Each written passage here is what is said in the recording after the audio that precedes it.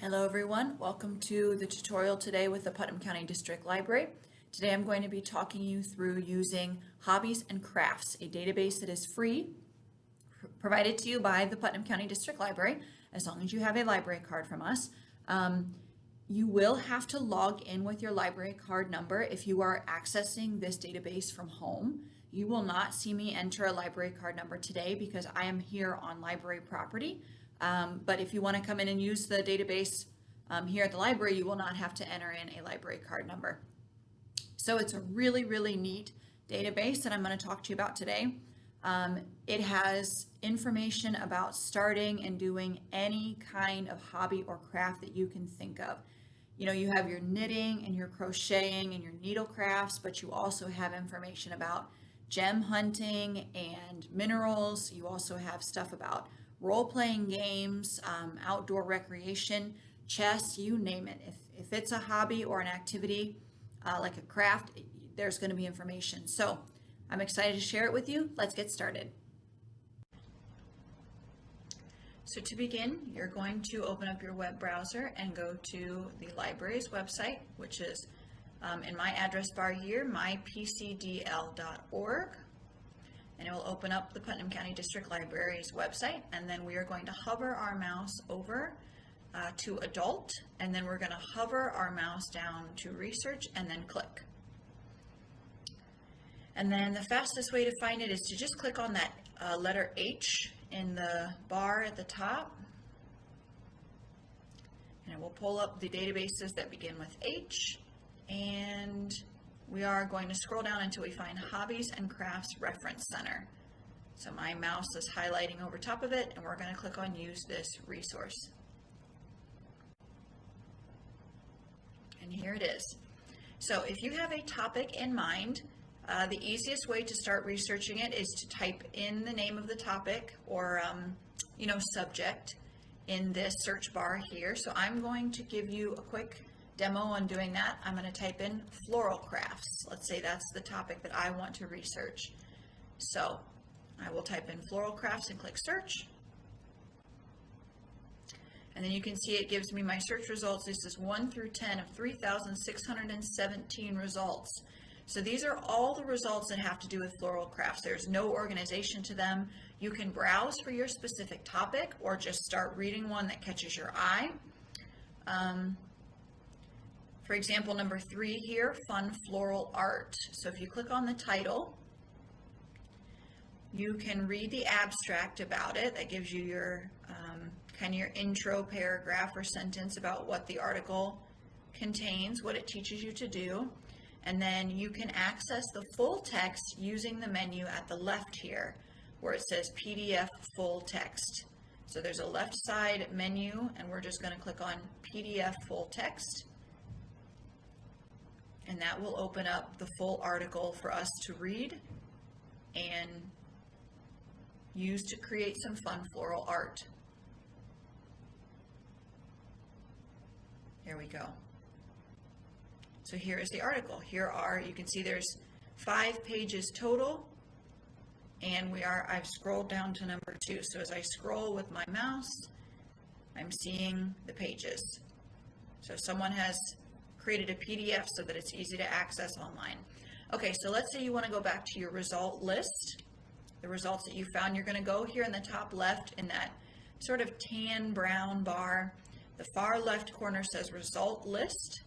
We're going to click on result list, and that will bring us back right to where we were. There's number 3, fun floral art. That's what I just clicked on. So you can also click on the images by themselves. You won't see the article then, you'll just see the pictures. The other thing I wanted to mention was if you click into PDF full text, that will say the fun floral art. Up in the top left in that brownish menu bar, you can see where we clicked on result list. You can refine your search up there, but you can also download the PDF.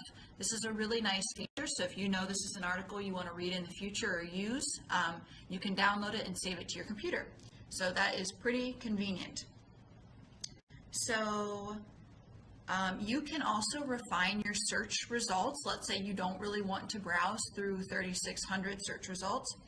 If you look at the menu on the left here, it says refine results, and if you scroll up, you can refine by source type, so you can choose to just see magazine articles or projects or newspapers, etc. That will narrow down your search results.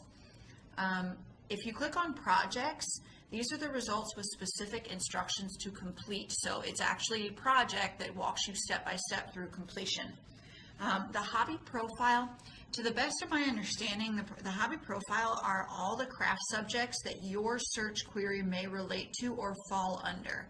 So, for example, floral crafts that we searched may also be considered wedding crafts or holiday crafts. So the hobby profile is going to relate it to all of the different crafts that your hobby or craft is connected to, or the crossover between them.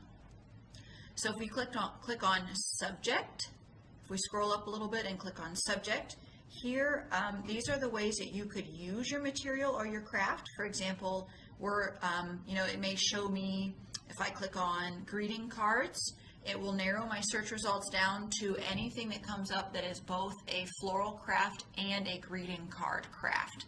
So it really helps you to narrow down exactly the type of craft you want to make or do.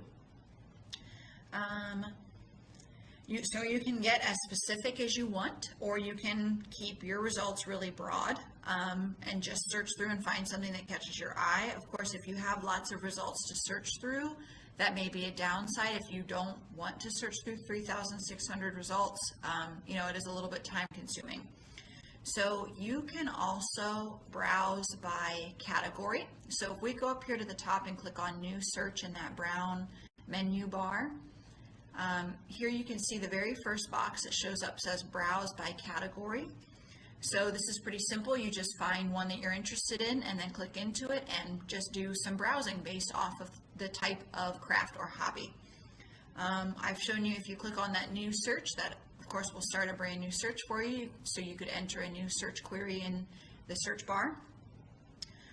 If we click on publications here at the top, so we've talked about new search. If we click on publications, instead of searching by subject or hobby, you can search through and read all the books that this database has, everything that it contains in terms of the different publications. So for example, if I clicked on publications and I'm going to scroll up and I'm just going to click on this very first one that says A to Z of Crewel Embroidery. So this is a book that they have inputted into this database. So if I click on PDF, I have to click on A to Z of Crewel Embroidery, it tells me that it has the PDF available of the full text. So this was uploaded on December 1st of 2004, and if I want to read it, I'm just going to click on where it says full text 12/1/2004. And then it'll take me chapter by chapter of through this book. And here's all the different images that are in each chapter. So you can read the whole book if you want to. The next thing I wanted to mention was video and images back up here at the top in that brown search bar. So you can search specifically for videos or photos of a certain craft. So you can also see the PDF full text included in the search results. For example, let's just search for Crewel Embroidery. And it's going to show you all the results that have to do with crewel embroidery that also have images or videos. So perhaps you learn better by watching a video or seeing some pictures. This is where you can go. So for example, here's an article that's in that book that we were just looking at, A to Z of Crewel Embroidery. Here is an image of an embroidery by Mary Queen of Scots. So there's all sorts, like I said, there's all sorts of information and neat stuff in this database. The final thing I wanted to mention was this button here at the top right in the brown menu tab called Sign In. If you click on Sign In, you can create an account. I haven't done it myself. I usually just, if I find an article that I want to use later, I will just save it to my desktop. But if you were to sign in, you probably could save your different articles within the database and access that access them again in the future using that folder button at the top. So you can see over here on the right hand side as well, you have the option to print or email this to someone, including yourself. So they give you a lot of ways to use this, this database in the future. So you can do that without actually having to log back in. You can just save it or email it to yourself.